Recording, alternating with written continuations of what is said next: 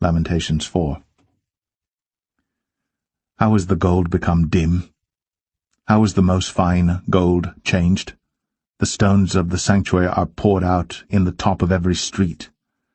The precious sons of Zion, comparable to fine gold, how are they esteemed as earthen pitchers, the work of the hands of the potter? Even the sea monsters draw out the breast. They give suck to their young ones. The daughter of my people is become cruel, like the ostriches in the wilderness. The tongue of the sucking child cleaveth to the roof of his mouth for thirst. The young children ask bread, and no man breaketh it unto them. They that did feed delicately are desolate in the streets. They that were brought up in scarlet embrace dunghills.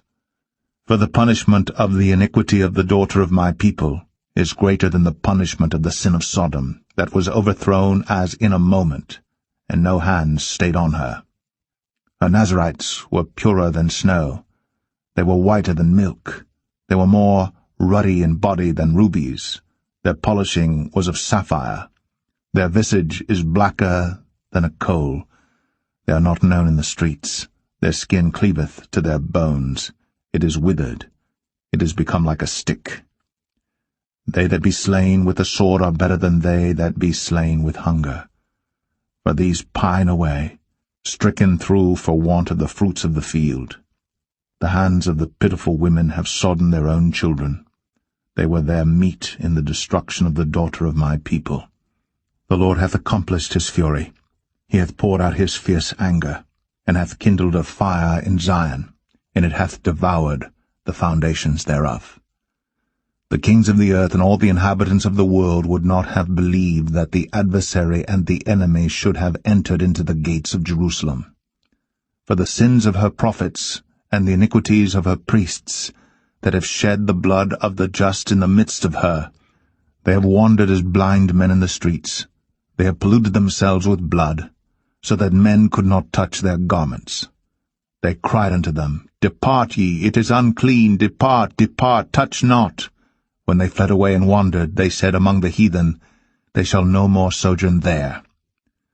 The anger of the Lord hath divided them. He will no more regard them. They respected not the persons of the priests. They favored not the elders. As for us, our eyes as yet failed for our vain help. In our watching we have watched for a nation that could not save us.